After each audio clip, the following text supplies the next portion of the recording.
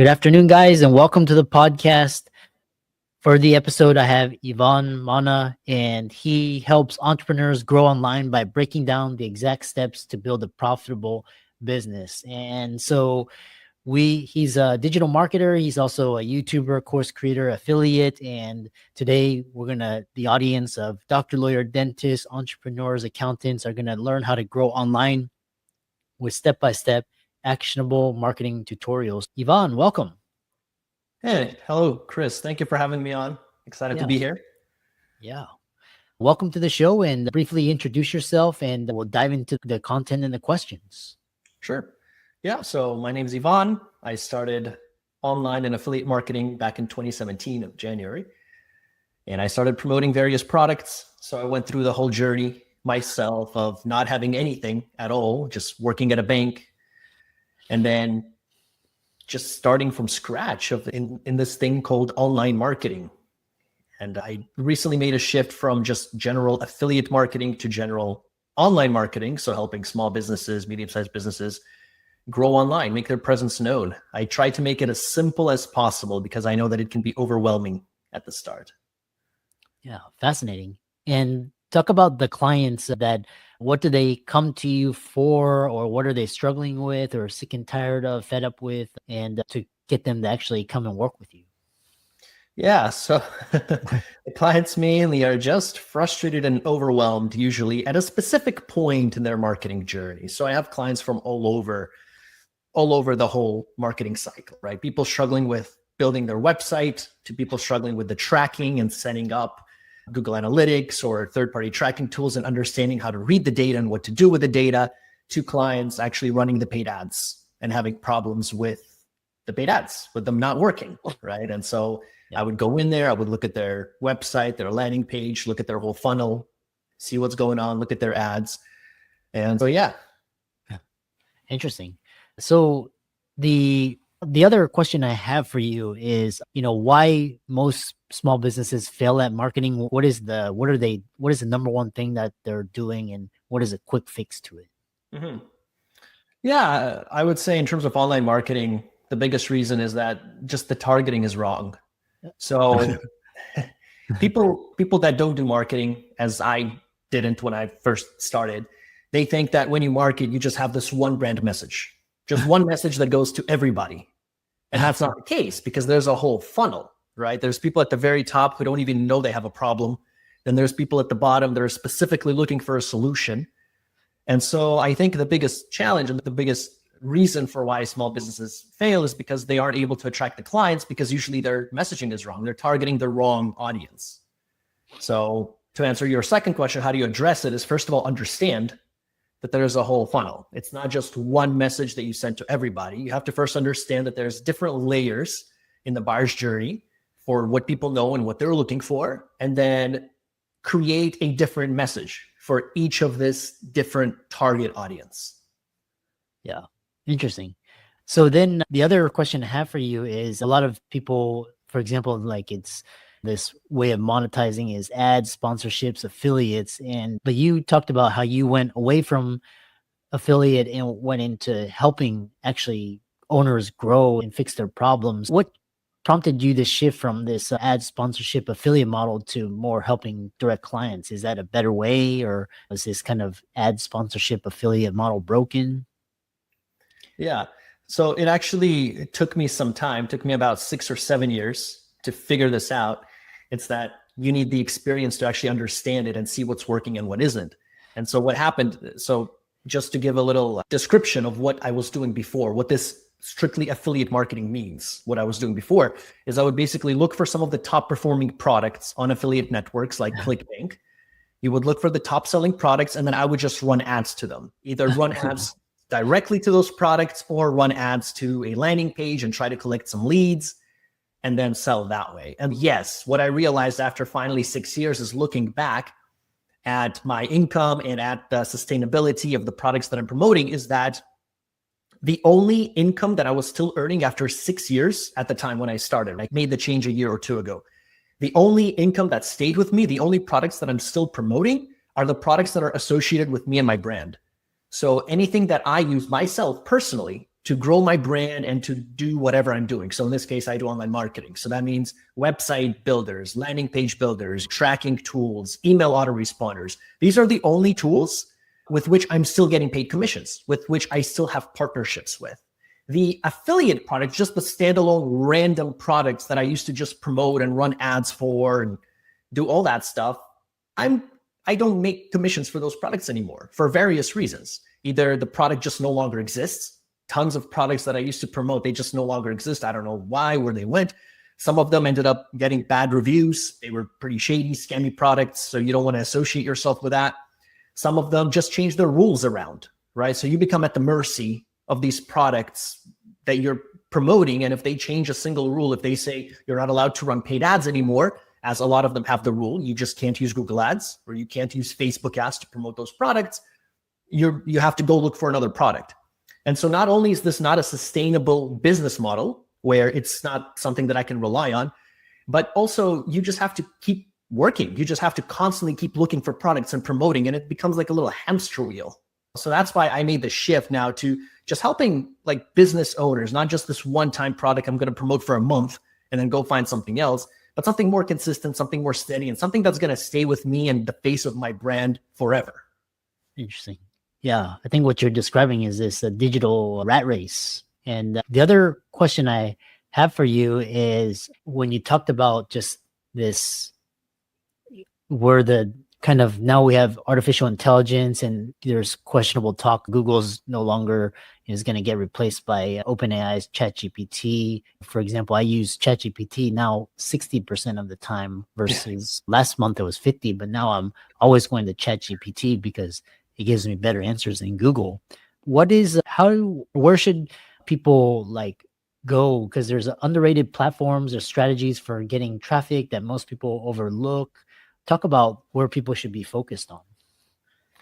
Yeah, I think people should be focused on providing real value and content. So building out their brand and delivering value. Ideally, writing something that AI can't. And this is how right now we have the edge over AI is that if you go to Google and you type something in, you're going to get this AI response, right? Yeah. But people will still go through the different other articles that are there because they want to see something that the AI didn't answer.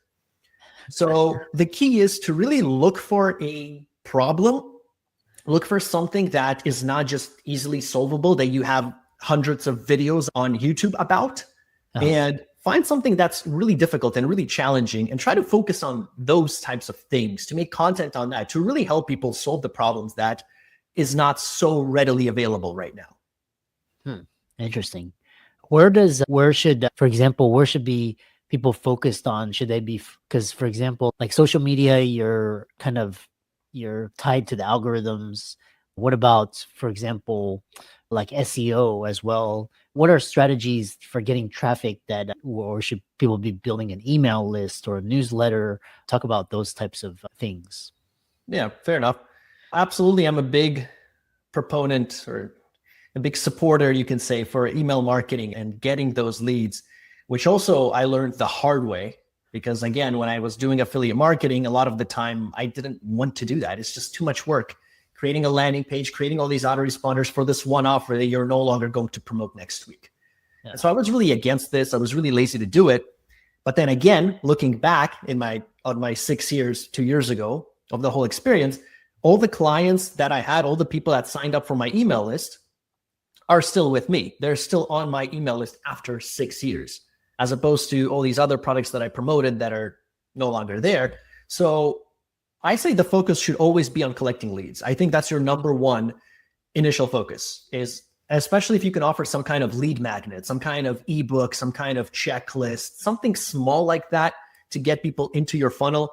So if you can absolutely hone in and get any sort of traffic, so you can utilize social media, you can utilize YouTube, you can utilize paid ads to get people on your email list. I think that should be a priority, because no matter what happens to your accounts anywhere on social media, on Google, you will always have your email list. And that's something I didn't understand a long time ago. That took me a while to notice. But your email list is actually also your highest converting traffic. Wow. So yeah, focus on getting as many leads as possible. Yeah, interesting.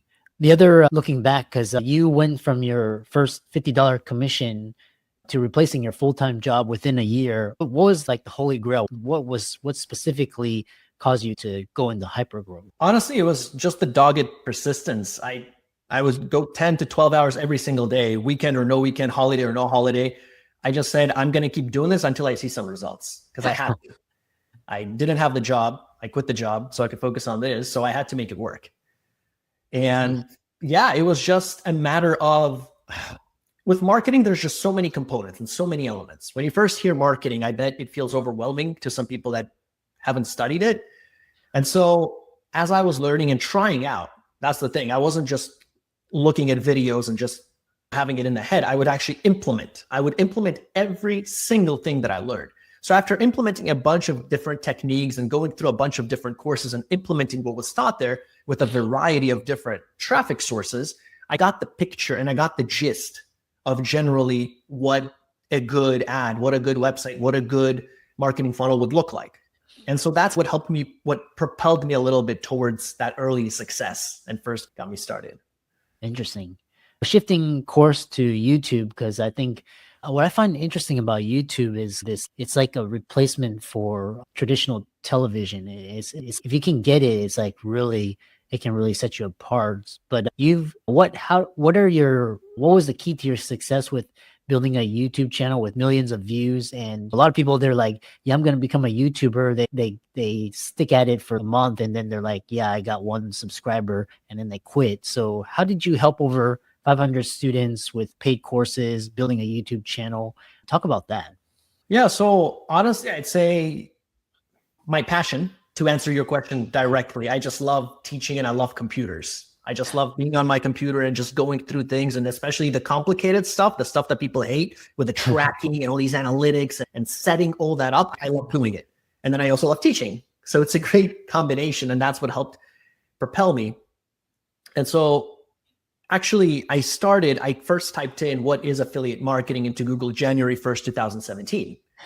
That's when I first typed it in and started learning about it. And then January 22nd, 2017, I made my first video on YouTube. Oh, wow. And I did it strictly because I had all this new knowledge that I learned, and I had to share it. And so since then, I've just been making video after video, just sharing, regardless of whether I got views or not. So I think for me, that's what separates me from a lot of the other people who, as you say, fail, because a lot of people, they expect something. Maybe they expect after 10 videos, they're going to get this many views and this many subscribers. And I didn't. I expected nothing. I just wanted to just do what was inside me, which was share all this information that I wanted to share.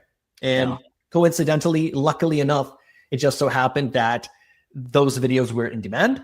It's not like I did research beforehand and planned that, oh, people like this specific how to set up ClickBank video, whatever video I made a topic on. It's not like I did the research. I just made a video for whatever I wanted to share with the world, right?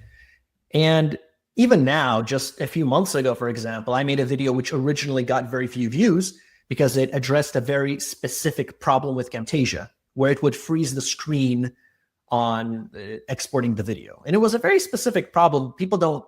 That's not a video that you would want to do if you were trying to get many views, but I did it anyway. I didn't care because it's a problem that I faced for a few days, and then I finally solved it, and I just wanted to share it.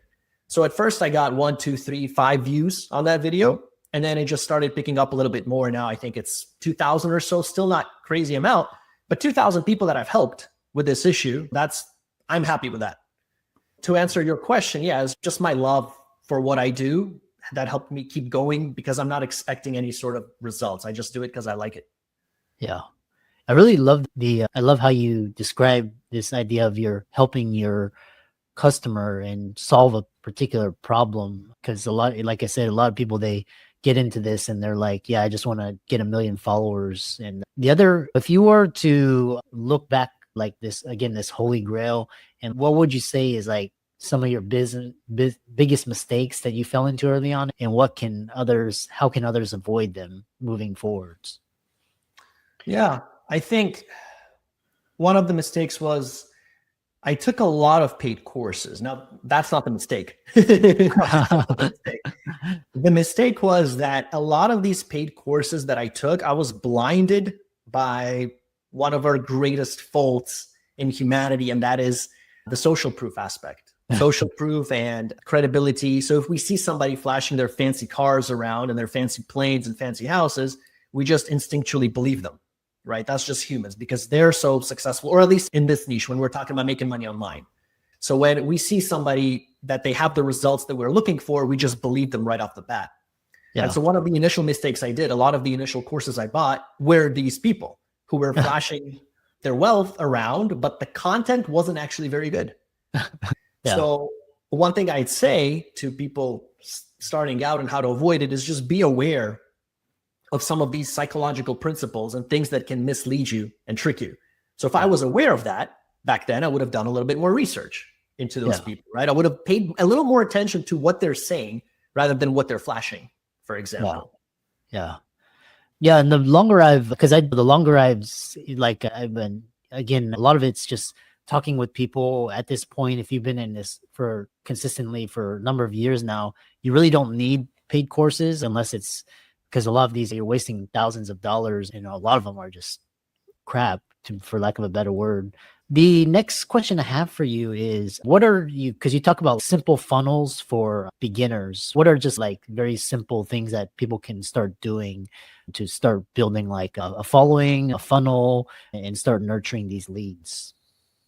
Yeah. So the most basic skeleton template for, I think, a successful funnel is just having your lead magnet first. So having a landing page. So even if you have a website, if you're running any sort of paid ads or anything like that, I'd still recommend a separate landing page because it's less distracting to the people on the landing page to get your freebie, sign up for your freebie, rather than the full website.